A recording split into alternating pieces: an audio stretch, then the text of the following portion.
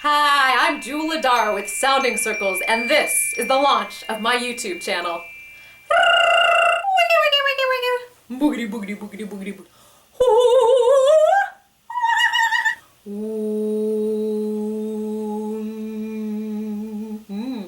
So for those who don't know me, I'm Joule, and I live in New York City. I'm an experimental vocalist, a trained opera singer, a sound healing practitioner, a workshop facilitator, a public speaker, and a soon-to-be author. My company is called Sounding Circles, through which I lead vocal empowerment play shops designed to show you the transformational power of your own voice. Over a year ago, I attended the Emerging Women Live conference that was held here in New York City. And amongst all of the amazing speakers was Tara Moore, who gifted all the participants a copy of this book, Playing Big. In this book, she describes a process called leaping, which is something that gets your adrenaline flowing and it puts you in front of the audience that you want to reach. So it was during Tara's workshop at the Emerging Women Live conference that I made a commitment to myself, and that was that I was going to take a big leap and start a YouTube channel. So initially I wanted to go out and shoot a whole lot of different videos so that I would have all of this material from which I could easily upload a new video once a week without stressing about having to shoot a new video once a week. And because I've traveled a lot in the past year teaching different workshops, I had all of these different places and different backdrops to shoot videos. So that's what I started doing, shooting all of these videos, taking interviews with great people, sharing some of my sound exercises in cool locations, and I was just compiling all of this footage. The problem was I could never bring myself to edit any of the videos, much less post any of them publicly. And I also have a diploma in digital media and audio engineering, so I know how to edit videos, so that wasn't the problem. The problem was that I had a serious block. There was something preventing me from wanting to watch those videos and edit myself. And I thought it was just because I'm overly critical, I'm about to turn 40 and I don't look like I did when I was 25, and I have all these idiosyncratic facial expressions and gestures, and so I didn't really want to have to watch myself or look at myself. But as time went on and I kept shooting more and more videos and was totally and completely unable to edit them or watch them, I knew that this block was really something much, much deeper. And so I got curious about that. I have an early memory from about age 3 or so when I lived in Malibu, California. Yeah, it's been a rough life. Yeah, I lived in Malibu, California, and we grew up in an area with a lot of creative people. So the film industry was really big in the place that I grew up. And so my mom took me about age 3 to a commercial workshop. And at this commercial workshop, I did all the things that they told me to do. I said the commercial copy in front of the camera like a good little girl. But when it came time to look at my image on the TV screen, I took one look at myself and I was horrified, and I said, Mommy, please don't send me back to that class. I don't want to watch myself. I don't want to be in that class. And she wasn't much of a stage mom, so she said, okay, sure, if that's not fun for you, you don't have to go back. And thus ended my shot at being a childhood star. Just wasn't in the cards. It wasn't something that I wanted, and I've never actually ever since then really liked watching myself on video. And then I came up with another memory from about the 1st or 2nd grade, and it was an art project where we had to draw a picture that represented ourselves and then write some little sentences underneath. And the sentences all began with, I wish. And one of my sentences was, I wish I was beautiful.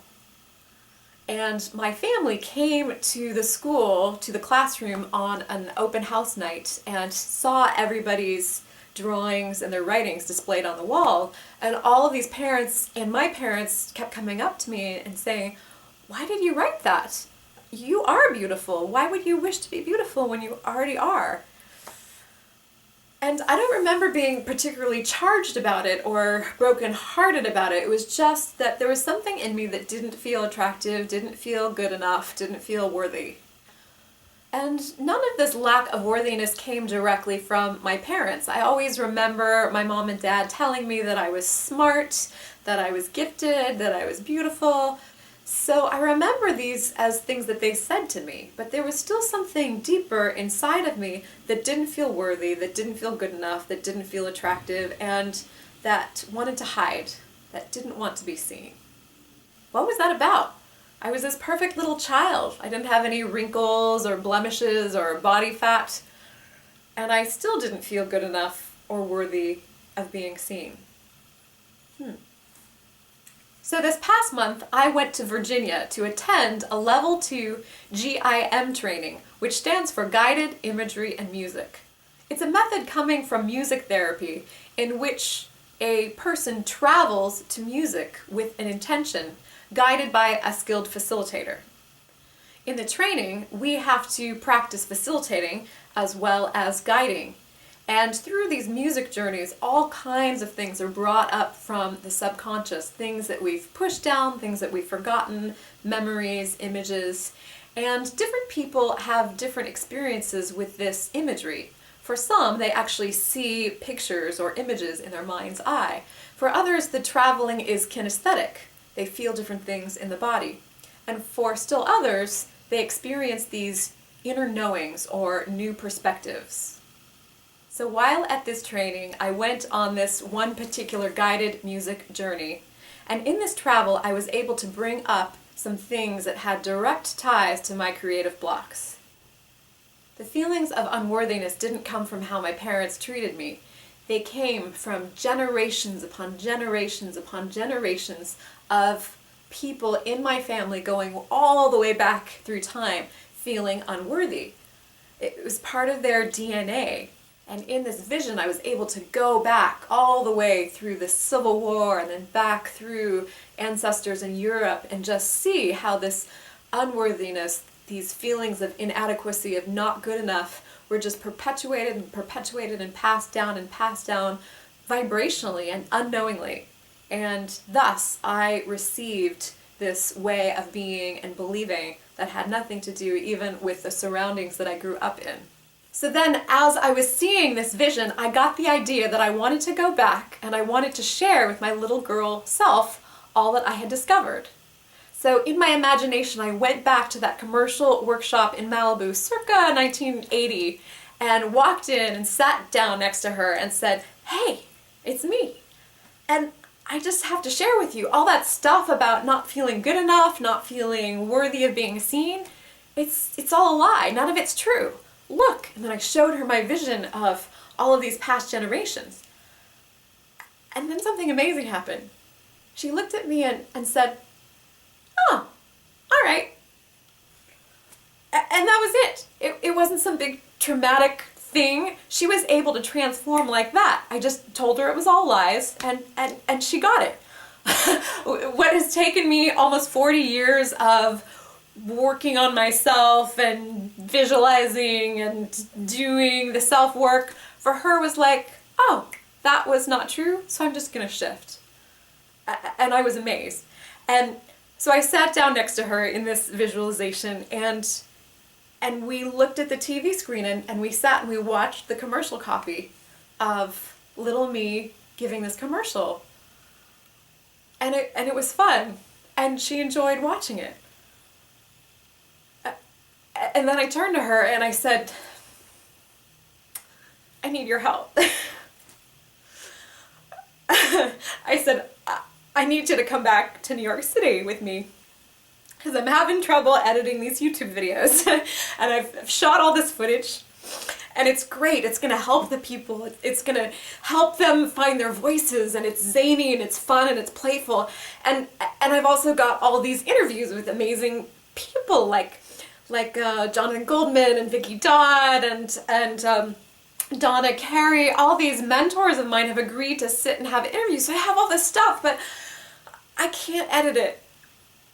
I need your help. And she looked at me and she said, "Okay, That sounds like fun. So I gathered her up from Malibu, 1980, and I brought her here, back to New York City, to my purple room here in Upper Manhattan, and I made sure that I got her this really awesome coloring book, The Secret Garden. It's got like pictures of butterflies and like all these amazing things, so that she would feel good here and at home here. And then I sat at the computer and I opened it up and started loading videos, and we started editing, and we started to have fun. It was actually fun. And so with that, I'm going to launch this YouTube channel, and I'm so looking forward to sharing all of this with you. And as I was editing with my little girl self, she even had a couple additional requests. One, she said that she has a sound exercise that she's going to share with you, so my next video is going to be that, my little girl sounding exercise. And she also said she wanted to be in the video. After all that not wanting to be seen, she's like, can I be in the video? So I'm like, sure, of course. So here she is. This is little me. This is little Julie in Malibu, California, about age 3. And I have a bucket on my head and a little shirt that says Julie. Yes, Julie is my legal name, but I've been Joule for a number of years now. So little Julie is silly and zany and playful, and she wants to share this story with you, and I hope you'll all come along on this YouTube journey with me. Launching now, weekly, till who knows when. I want to give a special shout out to the following people for helping make this moment possible. First of all, my dad, who has wanted me to do a YouTube show for many years now. Lee Cambry and the Creative Collective for being my first accountability group.